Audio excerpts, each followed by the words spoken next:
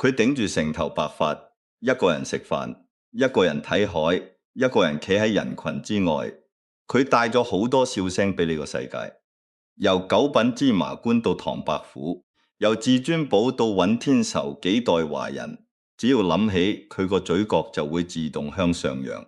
但鏡頭一轉，現實中嘅周星馳身邊幾乎冇乜舊朋友，舊拍檔吳孟達話近10年冇聯絡，舊愛於文鳳同佢打官司追討佣，向太公開訴佢罪狀，佢好少回應，偶爾喺訪問入面講一句：我而家仲有咩朋友？咩呢句粵語比任何悲劇台詞都更動。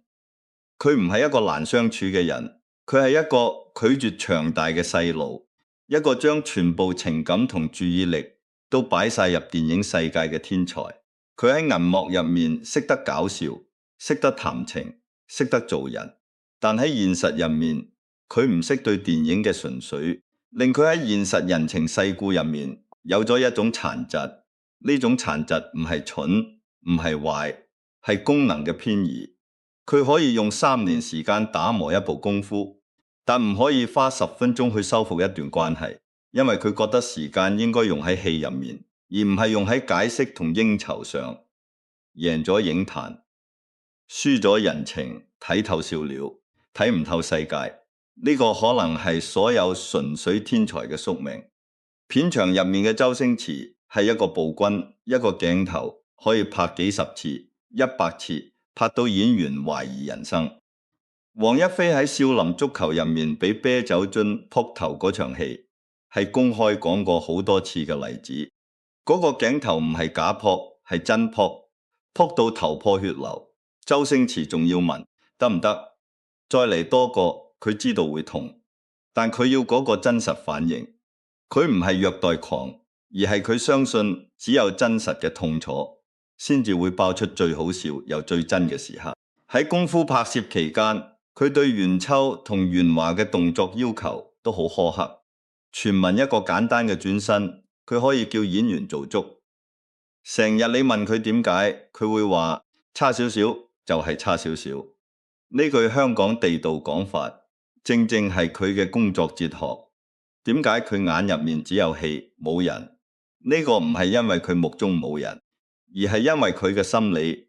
嗰個將工作當成生命，對天才嚟講，片場唔係社交花卉，係佢嘅子宮，係佢嘅夢境。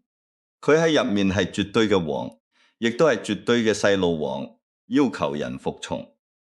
細路要求世界配合佢嘅想象。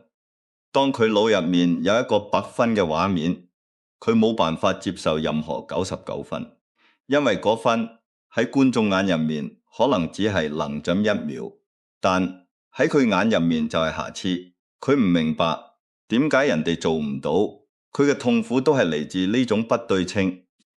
佢冇辦法理解普通人嘅極限，普通人冇辦法理解佢嘅瘋狂。呢種偏執喺創作上係一種美德，喺人際關係上係一種災難。演員最初感激佢嘅認真，後尾驚咗佢嘅冇休止，因為佢嘅完美冇終點。今日拍完1比次，聽日佢可能又諗到能1次更加好。呢種永不滿足，令佢永遠孤獨。佢童年窮過，喺片場做過臨時工，知道一個機會有幾難得，所以佢對每一個鏡頭都有一種近乎病態嘅珍惜。佢接受唔到自己交出行貨，更加接受唔到人哋交出行貨。但問題在於佢心目中嘅行貨，對人嚟講可能已經係嘔心瀝血之作。呢個標準落差就係所有衝突嘅起點。呢度有一個好現實嘅思考。如果你係一個職場人，你會揀邊種上司？一個天才上司，佢可以帶你做出你畢生最煎熬嘅作品。但佢會喺過程中鬧到你體無完膚，甚至唔當你係人。一個平庸好人上司，佢日日對住你笑，體憐你辛苦，但項目永遠合格。就算周星馳式天才上司，你同佢合作一次可能會記一世，亦都可能會恨一世。黃一飛同吳孟達都曾經係佢嘅黃金拍檔，但最後唔係疏遠就係反目。佢哋有冇後悔，冇人知。但佢哋喺作品入面嗰幾年，確實係佢哋演藝生涯入面最光嘅幾年。天才嘅傲慢，其實係一種不理解。佢唔明白點解我已經講得好清楚，你哋都係做唔到。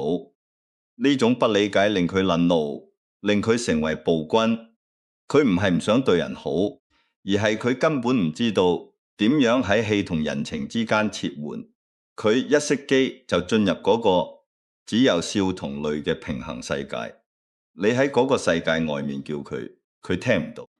佢以為所有人都應該同佢一樣，將一場戲當成一條命。但現實入面，多數人只係將戲當成一份工。呢種落差就係眾叛親離嘅起點。外界對周星馳其中一個最大指控係孤寒合作過嘅人話佢刻薄、舊愛與文鳳，為咗7000萬佣金同佢對簿公堂，向太公開數佢欠債。仲有唔少片場演員話佢計到盡呢啲錢，銀酒角喺外人睇嚟，好似一個身家豐厚嘅喜劇之王，竟然咁斤斤計較，實在難睇。但如果你由佢人生嘅起點去睇，佢嘅金錢觀從來唔係普通人理解嘅財富概念。周星馳童年住喺九龍窮人區，父母喺佢7歲嗰陣離婚，阿媽凌寶兒一個女人煙迷度帶3個細路。佢試過一家人食一餐豉油撈飯，試過想買一個玩具，冇錢，試過喺樓梯底用舊報紙鋪床瞓覺。呢種記憶對一個細路嚟講，唔係連字故事，係一種深不見底嘅不安全感。錢對佢嚟講唔係用嚟炫耀嘅資本，而係用嚟抵世界不安全感嘅唯一防口公事。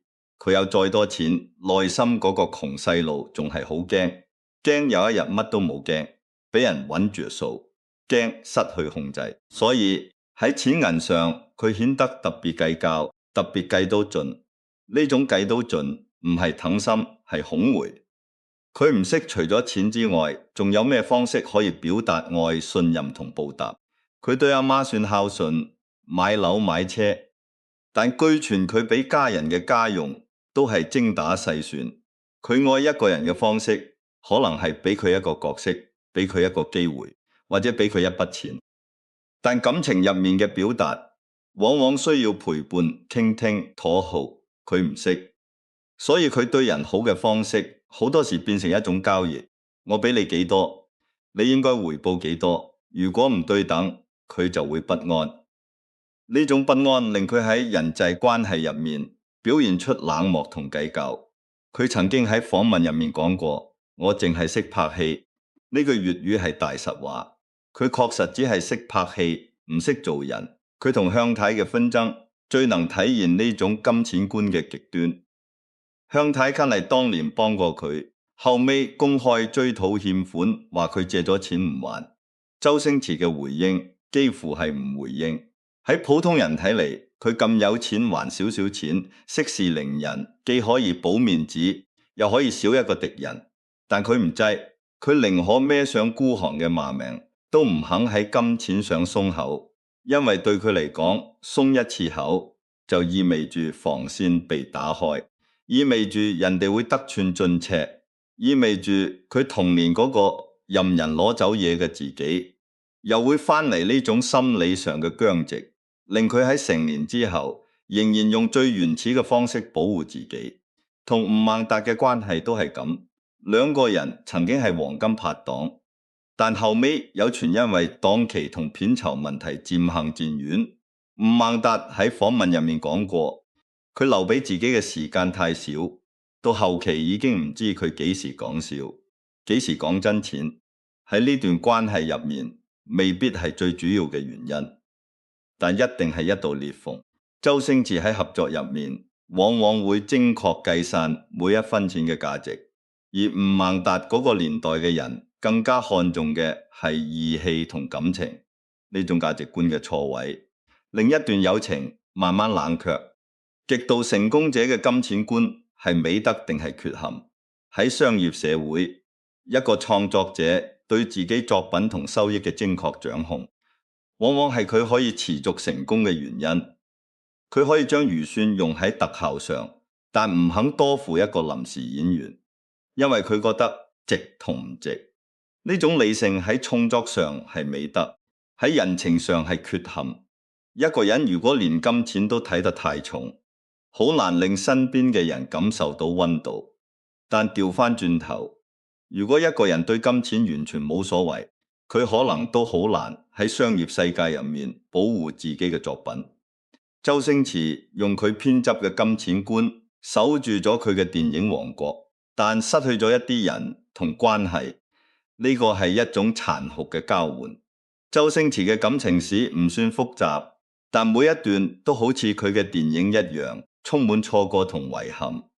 由羅慧娟到朱茵，再到于文鳳，佢生命入面出現過好好嘅女人，但佢都冇留住。羅慧娟當年愛佢愛得好深，但佢自意啱啱起步，唔想公開，唔肯承諾。朱茵喺《大話西遊》拍攝期間，同佢有一段地下情。後尾朱茵話3年時間流咗太多眼淚，于文鳳陪咗佢13年，幫佢處理財務，最後對簿公堂。呢每一段感情嘅失敗都有一個共性，佢喺應該表達嘅時候沉默，應該挽留嘅時候逃避，應該妥協嘅時候固執。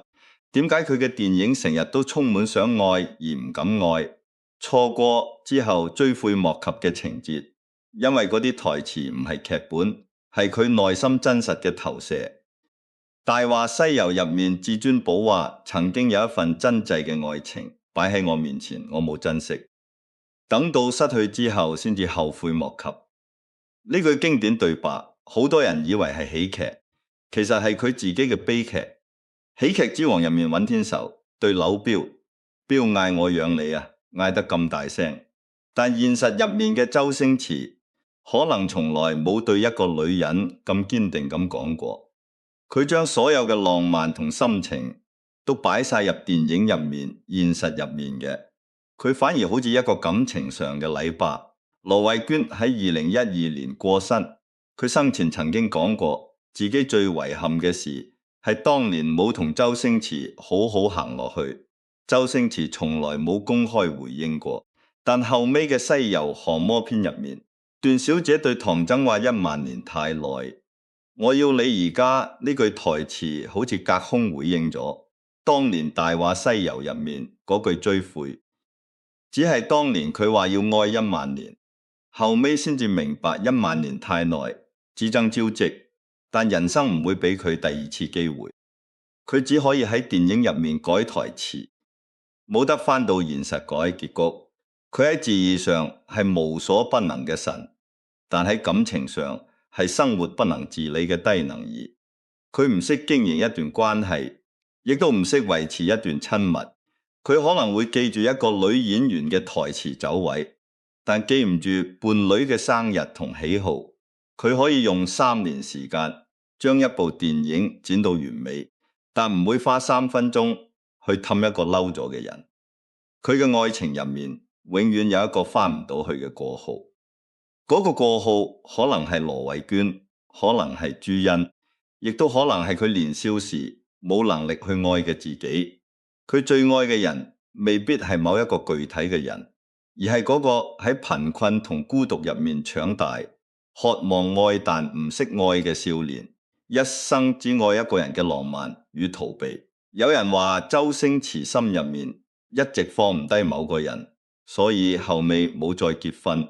呢種講法好浪漫，但都好殘忍，因為將一個人擺喺心入面成世，可能唔係因為心情，而係因為孔好重新開始，孔好再次失敗，孔麗再一次面對嗰個唔識處理感情嘅無能嘅自己。佢選擇用電影懷念，用台詞表白，用鏡頭追悔，但唔敢喺現實入面再試一次。呢個到底係一種極致嘅浪漫，定係一種對自己嘅逃避？每個人可以有唔同答案。佢曾經喺訪談入面俾人問過，點解仲唔結婚？佢反問：我而家咁嘅年紀仲結婚咩？呢句說話聽落似講笑，其實係一種放棄。唔係佢唔想，而係佢唔敢。佢驚自己再傷害一個人，亦都驚自己再一次喺感情入面失敗，所以佢索性將自己全部投入電影入面，至少電影唔會離開佢，唔會同佢打官司，唔會等佢一句承諾等到心碎。喺銀幕上，佢令無數人相信愛情；喺銀幕下，佢令自己唔再相信。呢個就係喜劇之王最大嘅反差，亦都係佢最深嘅孤獨。近幾年嘅周星馳，有啲變咗佢唔再染髮，任由成頭白髮喺鏡頭前自然呈現。佢依然好少接受訪問，依然唔宣傳電影，但佢開始出現喺社交平台嗰度，甚至玩埋 NFT。佢開咗一個 Instagram 賬號，偶爾發一條貼，有時係相，有時係幾行字。嗰啲字句簡單到好似小學生寫嘅，同佢電影入面嘅天馬行空完全唔同。佢曾經拒絕世界，而家卻試探性地向世界伸出手。呢種轉變，有人話係放低咗偏執，有人話係習慣咗孤獨。其實兩者都係。一個人到咗60歲，行過眾叛親離，經歷過生死離別，有啲事自然會睇淡。佢唔再染髮，可能係因為佢唔再需要證明自己年輕；佢唔再宣傳，可能係因為佢知道作品會說話。佢開始玩 NFT， 同後生仔互動，可能係因為佢突然想睇呢個世界而家係咩樣。佢好似一個喺城堡入面待咗太耐嘅人，推開窗，發現外面仲有風，仲有光，仲有一啲新鮮嘅事。但唔好誤會，呢個唔代表佢變成一個容易相處嘅人。佢嘅偏執，佢嘅孤寒，佢嘅唔善社交並冇消失，佢哋只係冇咁宏利。佢依然係嗰個會為一個鏡頭拍100次嘅人，依然會喺錢銀上計到盡，依然會喺感情面前沉默。只係佢學識咗唔再強求人哋明白佢。孤獨到最後會變成一種習慣。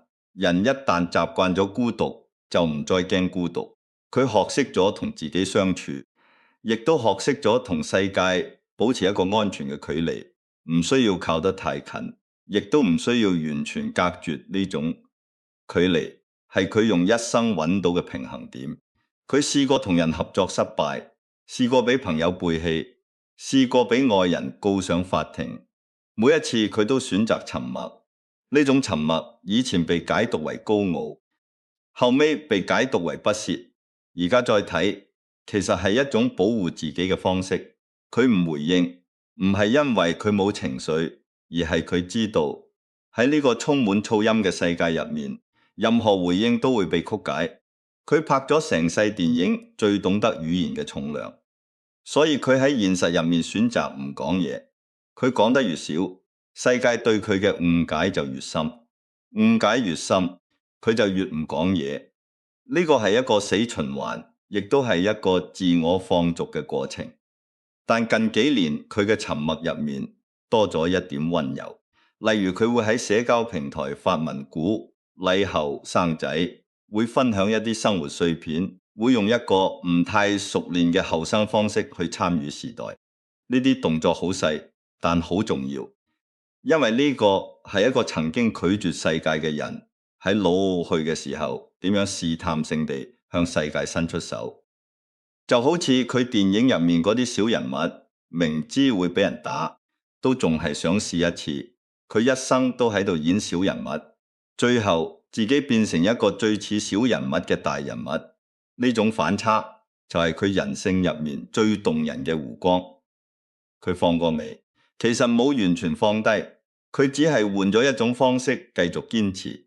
以前佢用憤怒同偏執去要求世界配合佢，而家佢用沉默同抽離去保持自己嘅完整。佢仲係嗰個渴望完美嘅細路，只係唔再喊，唔再嘈，唔再一定要人哋跟埋上嚟。佢終於接受咗一件事，就係呢個世界永遠唔會有佢心目中嘅把分，但佢都係會繼續拍，繼續做自己相信嘅嘢。呢個係一種成熟，亦都係一種妥協。但佢妥協嘅唔係標準，而係唔再苛求人哋理解佢嘅標準。佢演活咗無數小人物，但活成咗冇人能懂嘅大人物。銀幕上，佢係嗰個為夢想跑龍套嘅尹天仇，係嗰個俾命運捉弄但仍然笑住嘅至尊寶，係嗰個由乞衣變神仙又變返乞衣嘅蘇察哈爾申。呢啲人物嘅笑同淚穿透咗幾代人嘅心，但現實入面佢坐擁成名，但成日一個人食飯。佢創造咗一個喜劇王國，自己卻住喺王國嘅邊緣。呢種反差係佢一生最核心嘅悲劇，亦都係佢最不可替代嘅藝術根源。佢嘅孤獨唔係因為佢難相處，唔係因為佢孤寒，唔係因為佢感情失敗，呢啲只係表象。真正嘅原因係佢唔想同呢個唔完美嘅世界妥協。佢睇見咗更高嘅嘢，睇見咗更完美嘅畫面，睇見咗更純粹嘅笑同淚。佢冇辦法接受一個合格就算嘅世界。佢喺電影入面堅持嗰種純粹，喺生活入面亦都因此變得不近人情。佢冇打算停低等人，人哋追唔上佢就離開佢。佢繼續行，直到身邊空無一人。呢個係佢甘願付出嘅代價，亦都係佢冇辦法避免嘅命運。有人會問，咁樣值唔值得？佢可能唔會答，因為佢心入面嘅答案從來唔需要同任何人交代。佢用電影回答咗呢個問題。嗰啲作品就係佢生命嘅全部。佢犧牲咗友情、愛情、親情，犧牲咗被理解嘅可能，換嚟咗嗰啲永恆嘅片段。呢啲片段令無數人喺深夜入面笑過、喊過、被質疑過。由某個角度睇，呢個係一種偉而大嘅自私；由另一個角度睇，呢個係一種極致嘅奉獻。天才嘅終點注定係孤獨，因為佢哋睇到嘅風景太遠，身邊嘅人跟唔上，而佢哋亦都冇打算停低。等呢個世上冇幾多個周星馳，但每個人心入面都住住一個小小嘅偏執狂。或者你都有過嗰種時候，為咗一個細節唔肯放手，為咗一句對白反覆修改，為咗一段關係唔肯將就。有人話你固執，話你難搞，話你唔識妥協，但只有你自己知道，你唔係唔想妥協，你只係睇見咗更好嘅可能。嗰個更好嘅可能就係驅動你繼續向前嘅理由。所以當你見到嗰個成頭白髮形單影隻嘅喜劇之王時，唔好只係笑佢孤寒，亦都唔好只係鬧佢冷漠。試下望真啲，你會睇到一個死唔肯認輸嘅細路仔。